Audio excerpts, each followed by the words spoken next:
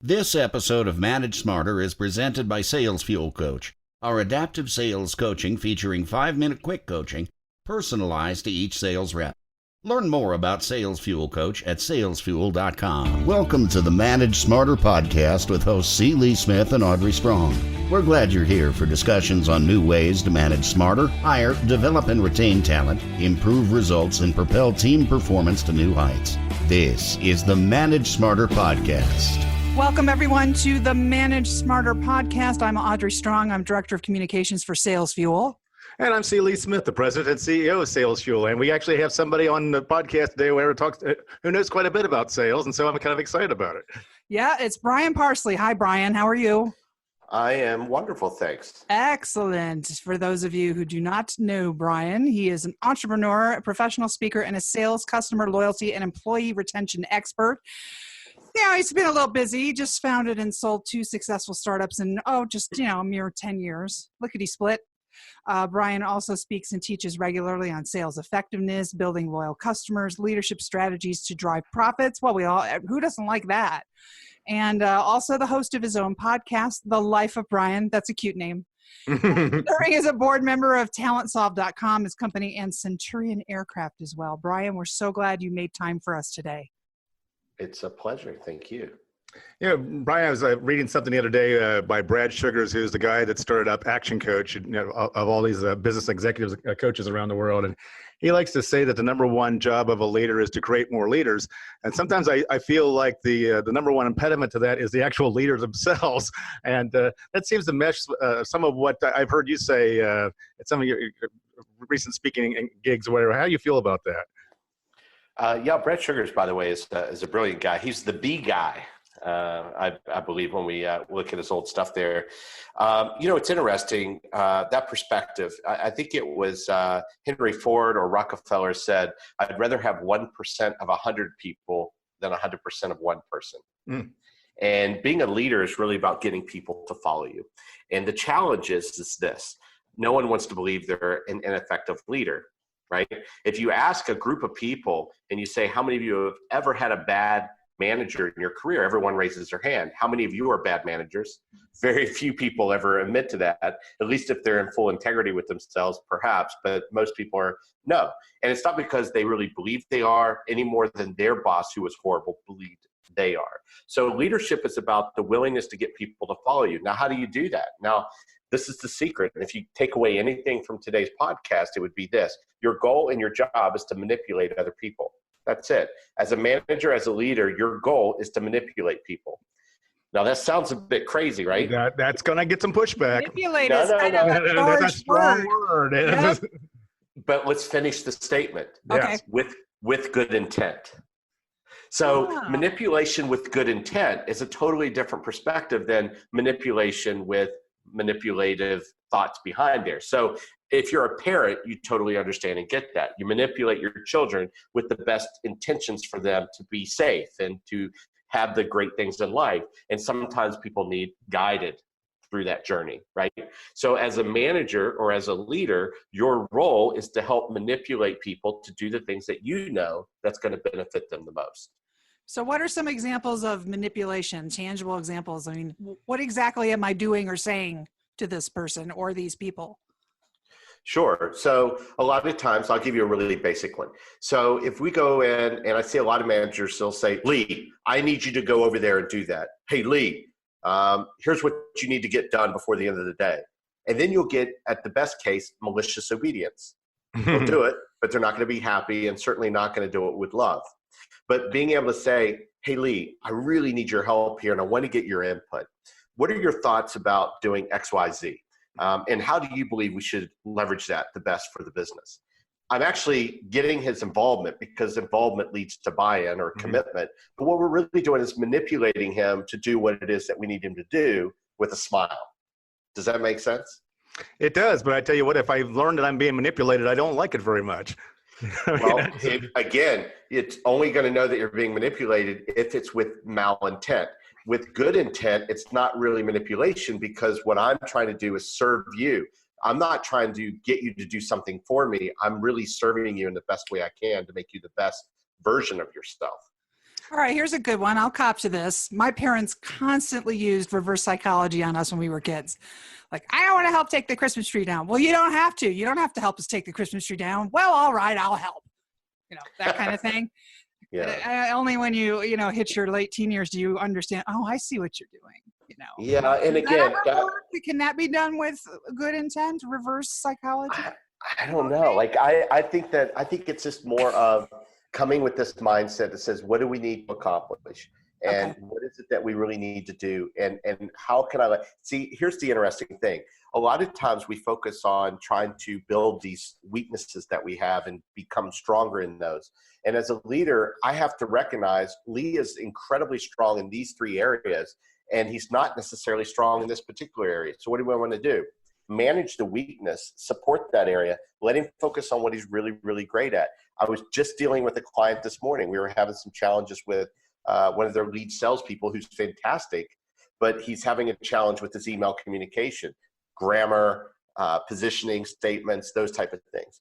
So what we've done is we've come up with a solution that says, look, I want him to write what he wants to write and how he writes it because he's a great sales guy.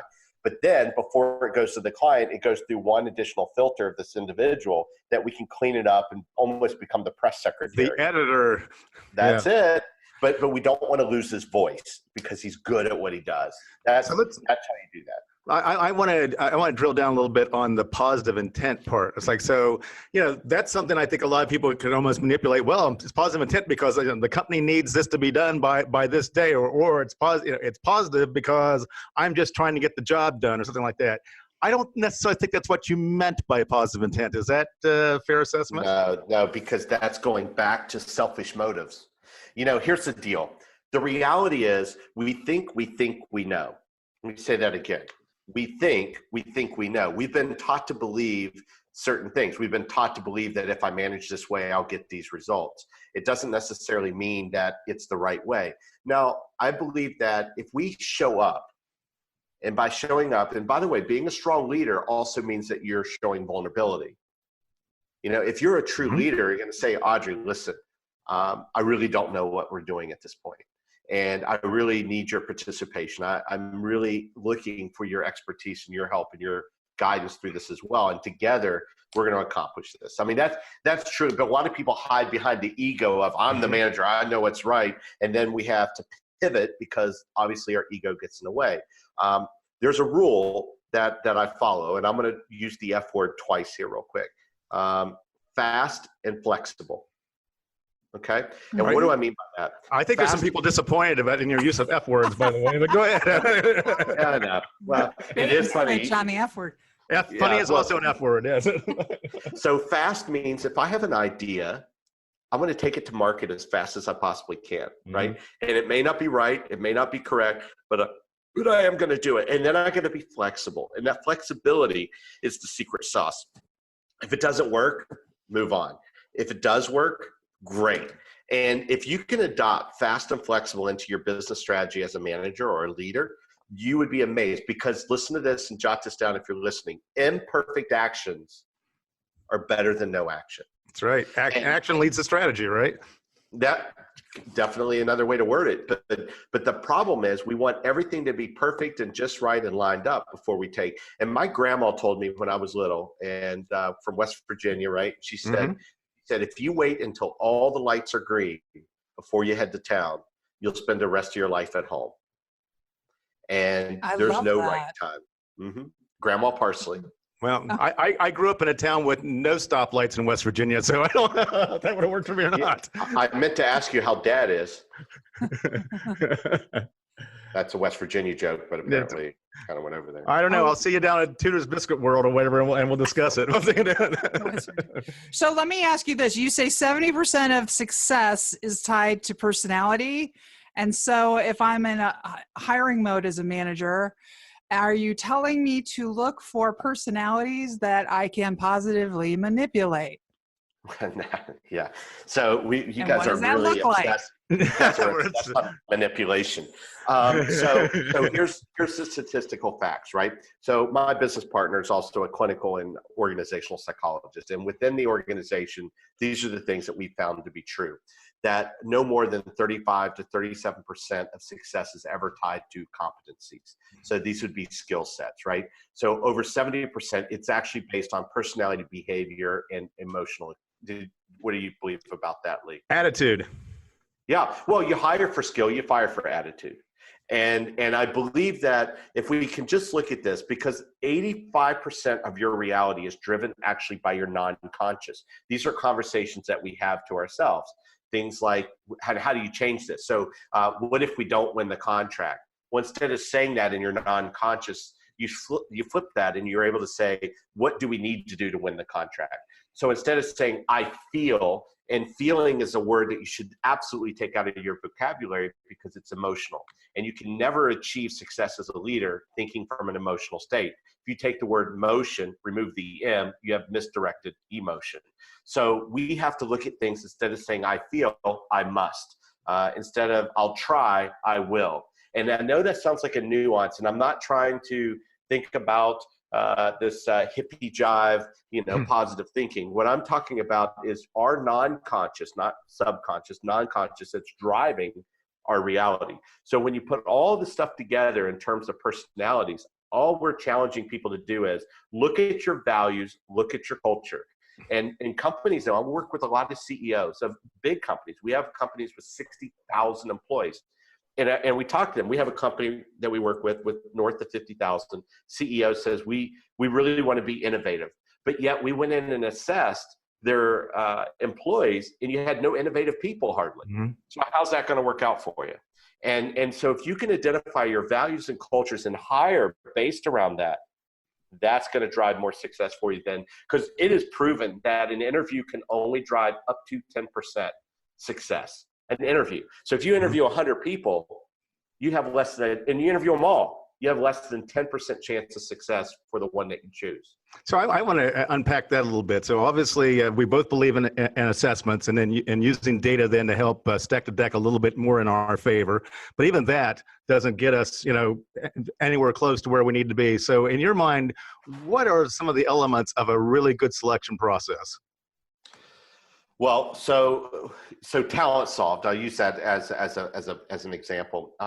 We are a talent management software program, right? We compete with PeopleSoft and SuccessFactors. But what makes it unique is we create different modules. So there's a couple fundamental things that I believe, as an example, PeopleSoft is really strong in a couple areas and SuccessFactors is really strong. But is there something out there that's fully blended? So what I just mentioned, before you hire for anybody, you got to create a model of what is the culture, what are the values, then develop a job profile that you can hit these triggers by benchmarking the people that are succeeding within that role right now. What happens is that if you do that within your organization, you create what's called a talent vault. But here's the missing component. We hire someone, they go through the honeymoon phase, everything's going great. 6 months later, they're not performing. We give them a PIP, a performance improvement plan. 60 days, you better improve or you're out. And they either check out at that point or they leave.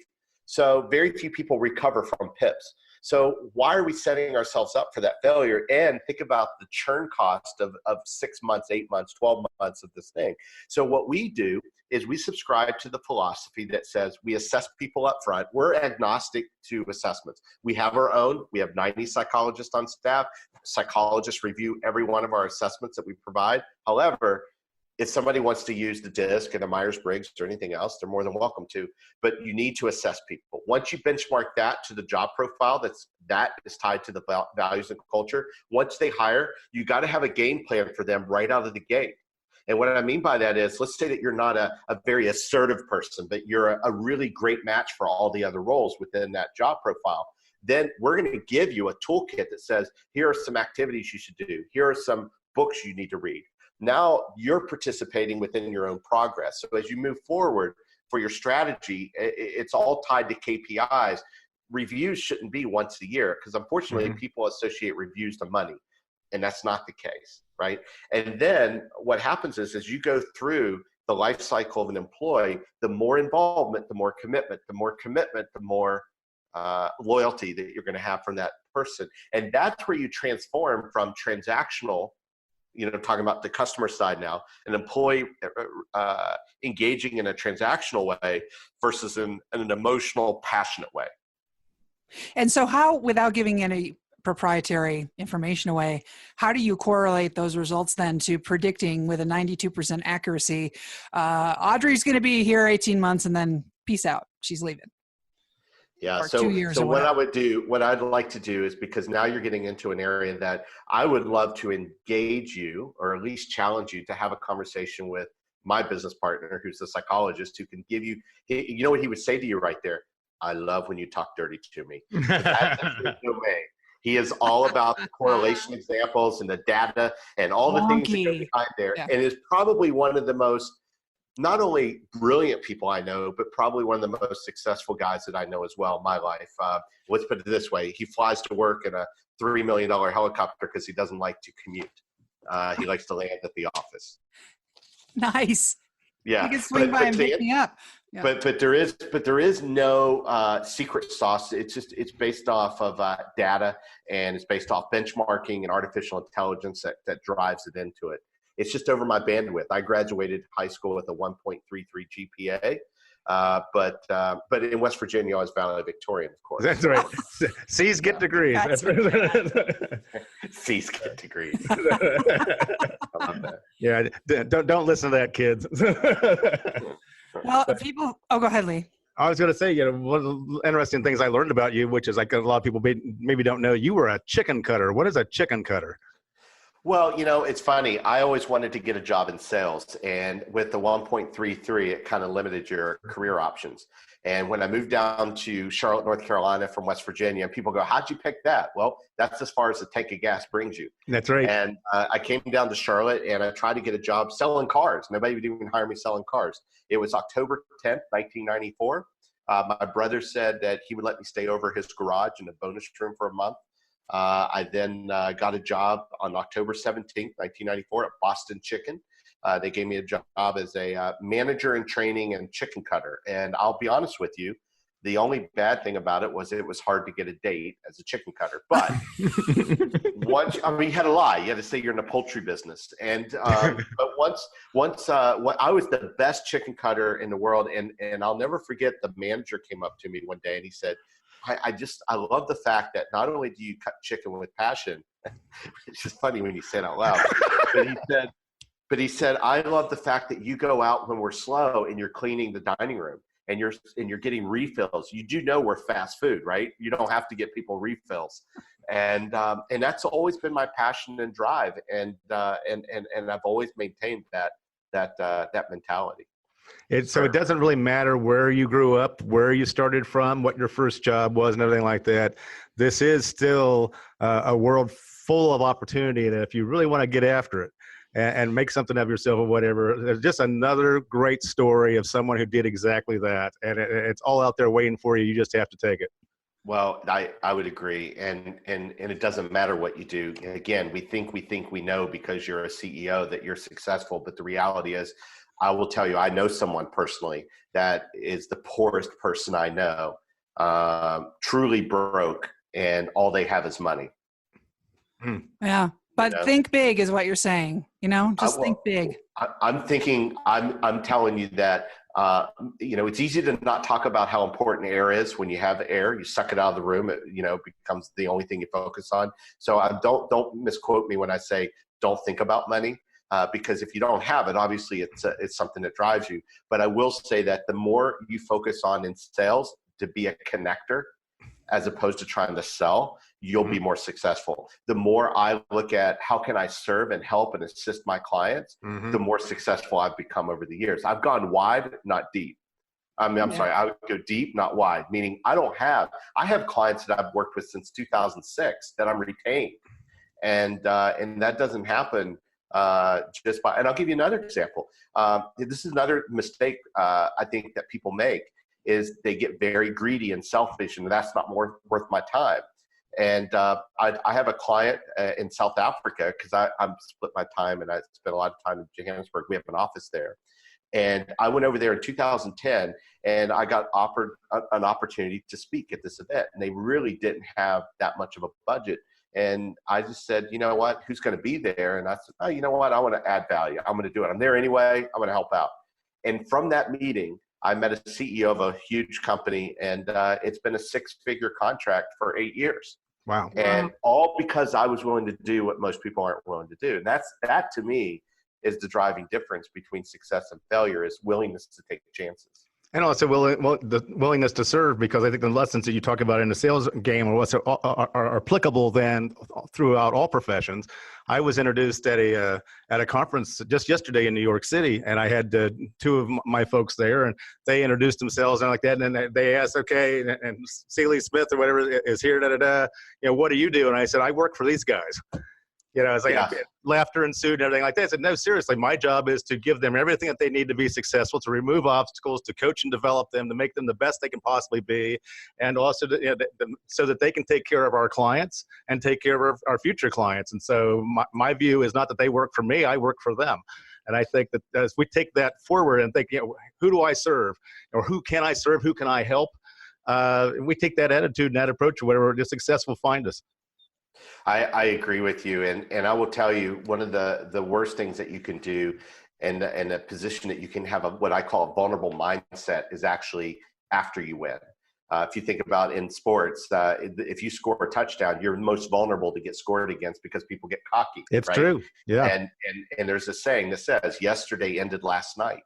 So celebrate, but don't forget it's done. And we got to move forward. And I'll tell you, when my daughter, I have a 13-year-old, when she was about 9 years old, her mom took her to a swim meet I couldn't go to. And that night I was tucking her in, and she said, Daddy, I didn't win today. And she said, I came in last. And part of it was because she wasn't practicing, being disciplined, doing the things she's supposed to be doing. So she fell behind. And she said, but you know what? It's okay, because my mom says winning's not everything. And that's like that. Let me tell you something. Your mom's a hippie. And you know who says that? Losers. Winning is everything.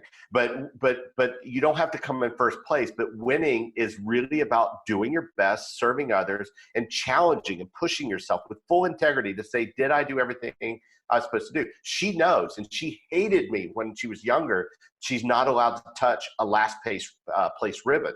When they handed out participation ribbons, I was like, no, sit down. You're not getting it. I don't understand. Everybody else is. And it's like, well, they're going to grow up with expectations. When you get that, you're going to win. She started jujitsu a couple years ago with me, and she got her yellow belt just 2 weeks ago. And it's taken her 2 years to achieve that. And what great pride, because they don't just give you belts. Sometimes these karate places with kids want to give them a belt every month to make them feel like a winner. And for her, she kept saying, when am I going to get promoted? He goes, when you're ready. Keep working. There it is. Yeah. And now she's so proud, and that's what we're missing in today's work environment. And the person that has the yellow belt, that was just given a yellow belt or whatever, has no appreciation for it whatsoever. That has to be meaningful. Yeah. Well, exactly. You're an inspiration, Brian. And for those that want to see you in action speaking, it's brianparsley.com, right? And then the website for the company is talentsolved.com. Do I have those right? Yeah, Talent Solved. We're going to solve your problems. Excellent. Well, first of all, can I just say that thank you. I really am honored to have an opportunity to speak with you two today, and I appreciate it. Likewise. The pleasure is ours. Yeah. So please share this podcast. Tell a friend. We appreciate the word of mouth, because that's how we're going to grow the audience. And subscribe, rate, and review. The more reviews and 5 stars we have on iTunes, the happier that makes Audrey and Lee and Brian. So thanks to everybody for listening, and we'll catch you on the next one. Thanks for listening. If you enjoyed the show, please rate and recommend on iTunes, Overcast, or wherever you get your podcasts. You can also get more great information at salesfuel.com.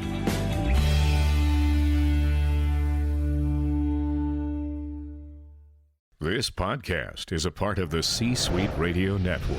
For more top business podcasts, visit c-suiteradio.com.